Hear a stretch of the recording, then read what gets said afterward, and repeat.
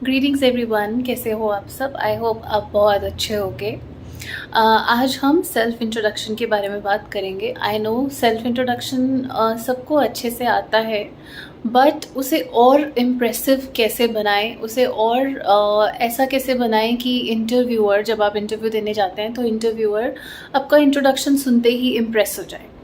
सो मैं आपको थोड़े थोड़े ऐसे टिप्स बीच बीच में बताऊंगी। सो पहली बात, सेल्फ इंट्रोडक्शन के लिए जो सबसे ज़रूरी चीज़ होती है वो होती है आपका कॉन्फिडेंस। इट्स ओके अगर आप कॉन्फिडेंट नहीं हैं, कुछ फ़र्क नहीं पड़ता है, आपको उस चीज़ से डरने की ज़रूरत नहीं है। कॉन्फिडेंस कब आता है? जब आप बार बार एक चीज़ को करते हैं। ठीक है, मिरर में देख के अपना इंट्रोडक्शन देना, अपने इंटरव्यू के क्वेश्चंस प्रिपेयर करना बहुत अच्छी बात होती है। हाउएवर, बार बार इंटरव्यू देने के बाद आप एक्चुअली में कॉन्फिडेंट होंगे। पर जब तक आप कॉन्फिडेंट नहीं है तब तक आपको सिर्फ एक चीज़ करनी है, आपको कॉन्फिडेंट होने की ना एक्टिंग करनी है। बस एक्टिंग करनी आनी चाहिए। चाहे आपके हाथ पैर कितने भी ट्रेम्बल कर रहे हैं नर्वसनेस से, it's okay, we are human beings, nervousness होती है। बट आप कितने भी ट्रेम्बल कर रहे हो ना, आपको बाहर से ऐसा दिखना आना चाहिए कि आई एम वेरी कॉन्फिडेंट। आपकी बॉडी लैंग्वेज, आपके फेशियल एक्सप्रेशंस, आपके वर्ड्स, आवाज़ ऐसी होनी चाहिए कि ऐसा लगे कि आप बहुत कॉन्फिडेंट हैं।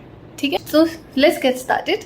हम देखते हैं कि हम क्या क्या पॉइंट्स बोलते हैं इंट्रोडक्शन में। So first is greetings. Greetings are very very important. आपको इंटरव्यूअर ने बोला please tell me something about yourself या फिर इंट्रोड्यूस योर सेल्फ, तो आप कैसे स्टार्ट करेंगे? ग्रीटिंग से। गुड मॉर्निंग, गुड आफ्टरनून या गुड इवनिंग, जब भी जिस टाइम पे भी आप इंटरव्यू दे रहे हैं उसके अकॉर्डिंगली आप ग्रीटिंग्स करेंगे।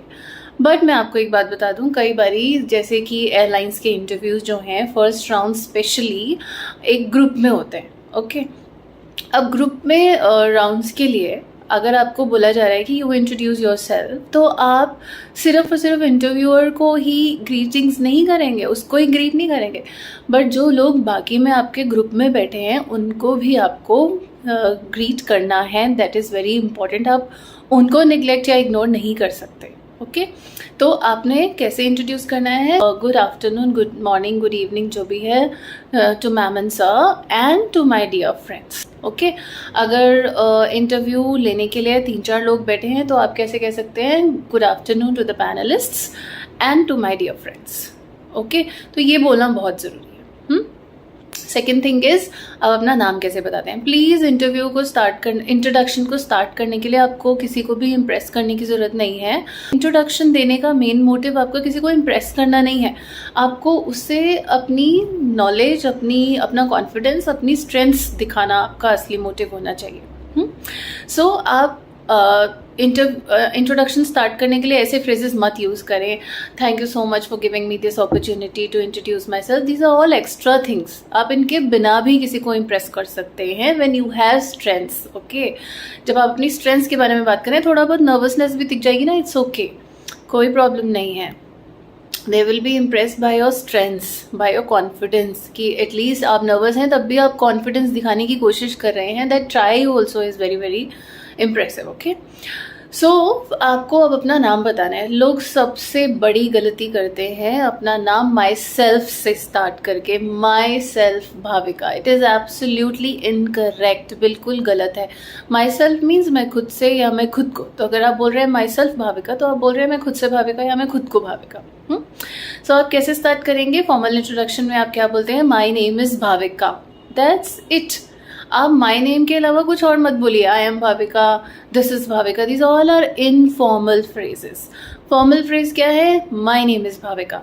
अब एक और बात, अब यहीं पे अगर आपको इंटरव्यूअर ने बोला है okay Bhavika introduce yourself, Bhavika tell me something about yourself, तो अब उसने आपका नाम बोल दिया। अब आप क्या बोलेंगे? अब आप उसको थोड़ा सा मॉडिफाई कर देंगे और आप बोलेंगे certainly, good afternoon sir and my dear friends, my full name is Bhavika Sharma. अब आपने उसको फुल नेम बता दिया, उसने तो आपको सिंगल नेम से बोला है ना कि Bhavika please introduce your self. अब आप उसको क्या कर रहे हैं? आप उसको फुल नेम बता रहे हैं, तो थोड़ा सा मॉडिफाई कर दिया ना, आपने रिपीट नहीं किया my name is Bhavika. So my name is Bhavika या my name is Bhavika Sharma. उसके बाद आप बता देंगे आप कहाँ से हैं। ठीक है, तो आप जहाँ से भी हैं, जिस भी प्लेस से बिलोंग करते हैं, I am born and brought up is the best phrase that you can use. हम आई एम फ्रॉम भी बोल सकते हैं, but I am from is like little informal. Okay, I am born and brought up या I belong to our formal phrases. तो आप बोल सकते हैं कि I am born and brought up in Delhi और इन चंडीगढ़, जहाँ से भी हैं आप वो बोल सकते हैं, राइट। उसके बाद आप अपनी क्वालिफ़िकेशन बताते हैं। तो क्वालिफ़िकेशन बताने के लिए लोग सबसे बड़ी गलती क्या करते हैं, लोग क्वालिफ़िकेशन के लिए ना अपने शॉर्ट फॉर्म्स यूज़ कर देते हैं। Okay, short forms means MA, BA, BE, BCom, MCom, ऐसे। बट आप अपना क्वालिफ़िकेशन, अपना एजुकेशन बैकग्राउंड बताने के लिए कभी भी शॉर्ट फॉर्म्स यूज़ नहीं करें। आप हमेशा फुल फॉर्म बताइए। I have completed master of arts in English from, जहाँ से भी आपने करी है, पंजाब यूनिवर्सिटी, पंजाबी यूनिवर्सिटी या कोई भी दिल्ली यूनिवर्सिटी से आपने करी है। ओके, अगर आप स्टिल वो कर रहे हैं तो आप बोल सकते हैं कि I am currently pursuing bachelors of arts from Delhi university. ठीक है, so bachelors of engineering, bachelors of arts, bachelors of commerce, masters of arts, full form बताइए, शॉर्ट फॉर्म नहीं। ओके, आई एम परसुइंग अगर आप कर रहे हैं, आई हैव कंप्लीटेड अगर आप कर चुके हैं। Okay, next is, so these were very easy commonly used phrases, बस थोड़ी थोड़ी जो गलतियां हैं मैंने आपको वो बता दी है। नेक्स्ट चीज़ इज आप अपना एक्सपीरियंस बताते हैं।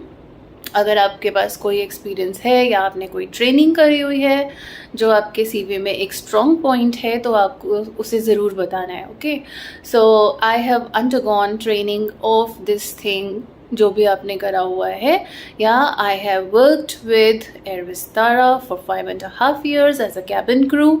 तो आप पहले कंपनी का नाम बताएंगे, फिर अपना प्रोफाइल बताएंगे कि आप एज अ कैबिन क्रू वहाँ पे काम करते थे, या as an assistant manager, as an associate, जो भी आप करते थे वो आप वहाँ पर बताएंगे। सो अगर आप स्टिल कहीं पे काम कर रहे हैं, presently I am presently employed with, जिस कंपनी के साथ आप काम कर रहे हैं, I am presently employed with Akasa Air as an in flight manager.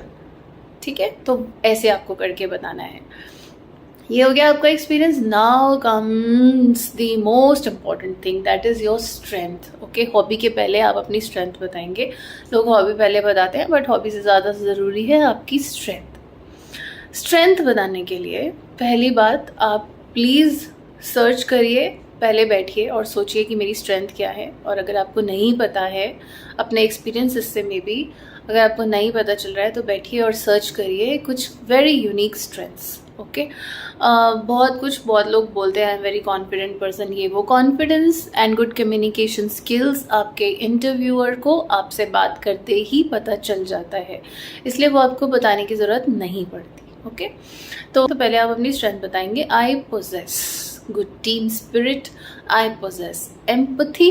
ये जैसे मैंने अपनी एक एक वर्ड की स्ट्रेंथ बताई, तो अगर मैंने एक स्ट्रेंथ बताई, अब उसके साथ मुझे गूगल पे 1 लाइनर कोट सर्च करना है to make my introduction unique and different from others. मुझे अपनी स्ट्रेंथ के साथ एक liner, just 1 liner, very short line, Google search करना है, एक quote related to that strength. So if you are saying that I possess empathy, तो आप उसके साथ एक कोट बोल दीजिए। For example, as I believe to handle yourself use your head and to handle others use your heart. बस इतना सा एक स्ट्रेंथ आपको एक कोट आपको यूज़ करना है। नाउ कोट यूज़ करना है का मतलब ये नहीं है कि बस रट्टा मार लिया कोट को। ओके, क्रैमिंग नहीं चलेगी। आपको अगर कोट यूज़ करना है ना, तो आपको उस कोट के बारे में पता होना चाहिए कि आप बोल क्या रहे हैं। Okay, what is the meaning. अगर आपने बोला to handle yourself use your head and to handle others use your heart, that what is the meaning of that? That means you have to be strict when it comes to you yourself. Okay, to be disciplined, to do things nicely.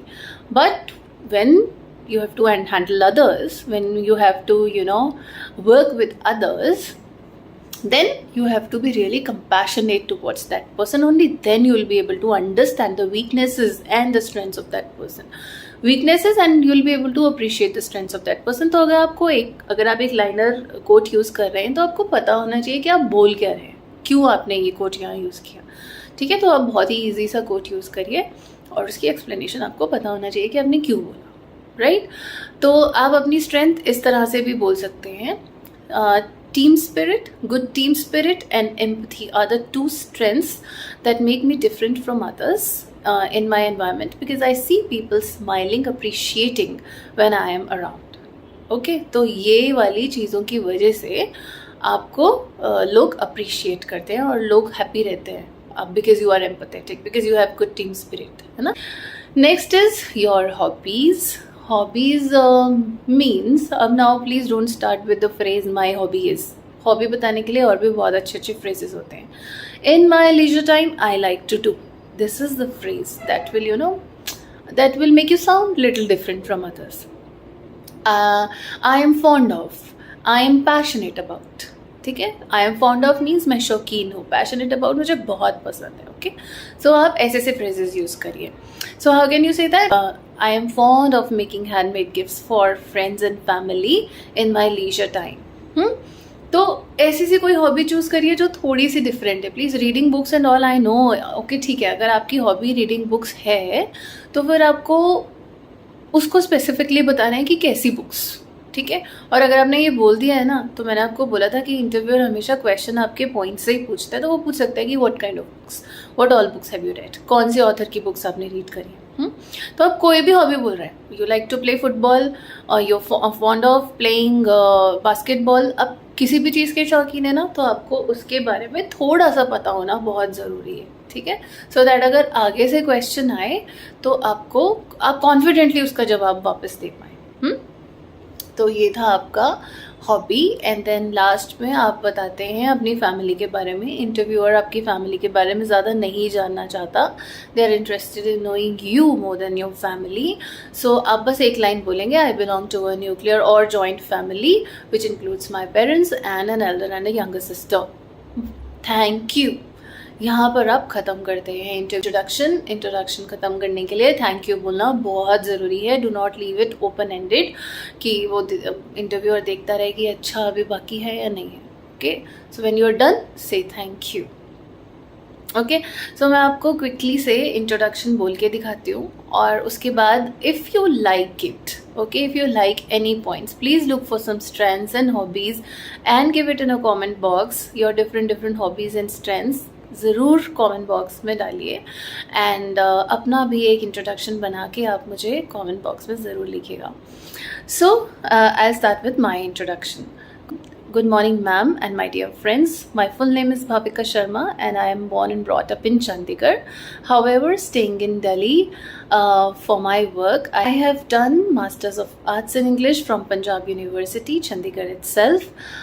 I have worked with Vistara, Tata SIA Airlines for 5.5 years as an online cabin crew, and currently working as an in-flight manager with Akasa Air. I possess good team spirit, as I believe work lies in differences and not in similarities. In my leisure time, I am fond of making handmade gifts for friends and family to make them feel very special. I belong to a nuclear family which includes my parents and an elder and a younger sister. Thank you. बस इतना आपको बोलना है. आप बार बार mirror में देख के practice करिए, स्माइल के साथ, कॉन्फिडेंस के साथ. सी, आपको ना ओवर एक्टिंग नहीं मारनी है. ओवर एक्टिंग एज इन दिखने वाली ओवर एक्टिंग. ओवर एक्टिंग सिर्फ उतनी कि आप नर्वस हैं तो आप बस फेशियल एक्सप्रेशंस अच्छे दे रहे हैं जिससे लगे कि आप नर्वस नहीं हैं, आप कॉन्फिडेंट हैं. But over acting does not mean कि आप बहुत ज़्यादा स्माइल करके बोल रहे हैं या बहुत ज़्यादा सैड होके बोल रहे हैं. ऐसा नहीं करना है. आपको बस ऐसे किसी के साथ ऐसे किसी को इंट्रोड्यूस करना है जैसे आप किसी से बात कर रहे हैं नॉर्मली, जैसे आप किसी फ्रेंड से बात कर रहे हैं normally. Okay, but be very formal, be very confident.